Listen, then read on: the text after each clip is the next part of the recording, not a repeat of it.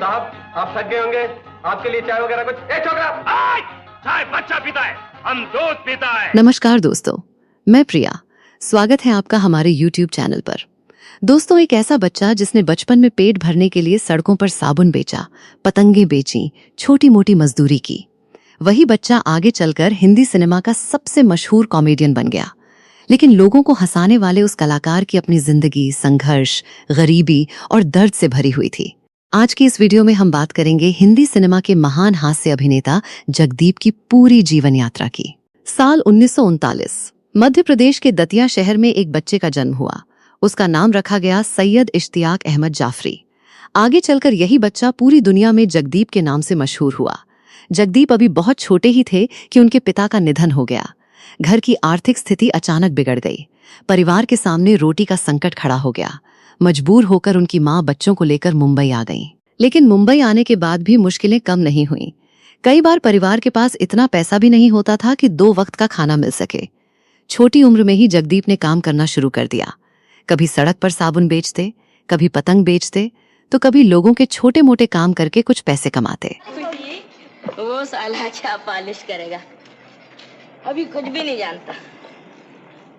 कहा जाता है कि एक दिन उनकी मां उन्हें लेकर फिल्म स्टूडियो पहुंची। वहां बाल कलाकारों की जरूरत थी। जगदीप को एक छोटा सा रोल मिल गया।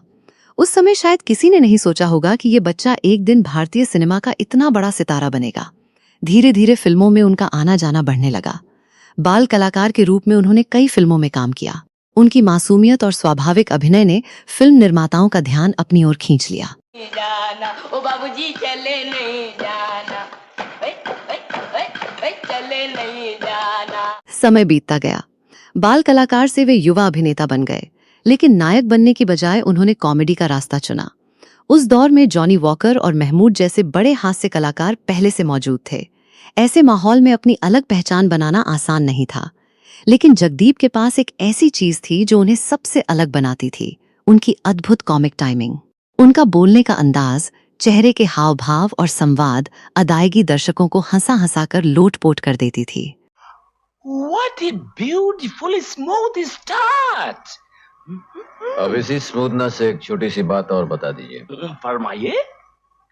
तुम्हारा कौन सा बाप कल रात ये गाड़ी शोरूम से ले गया था? 60 और 70 के दशक में जगदीप हिंदी फिल्मों के सबसे व्यस्त कॉमेडियन बन गए। उन्होंने सैकड़ों फिल्मों में काम किया। कई बार ऐसा होता था कि दर्शक फिल्म के हीरो से ज्यादा जगदीप के दृश्यों का इंतजार करते थे। लेकिन उनकी जिंदगी का सबसे बड़ा मोड़ अभी आना बाकी था। साल 1975 में एक फिल्म रिलीज हुई जिसने भारतीय सिनेमा का इतिहास बदल दिया। फिल्म का नाम था शोले। इस फिल्म में धर्मेंद्र, अमिताभ बच्चन, संजीव कुमार और अमजद खान जैसे बड़े सितारे थे।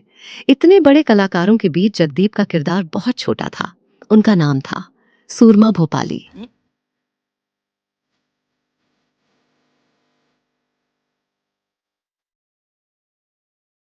किसी ने कल्पना भी नहीं की थी कि कुछ ही मिनटों का ये किरदार इतिहास बन जाएगा।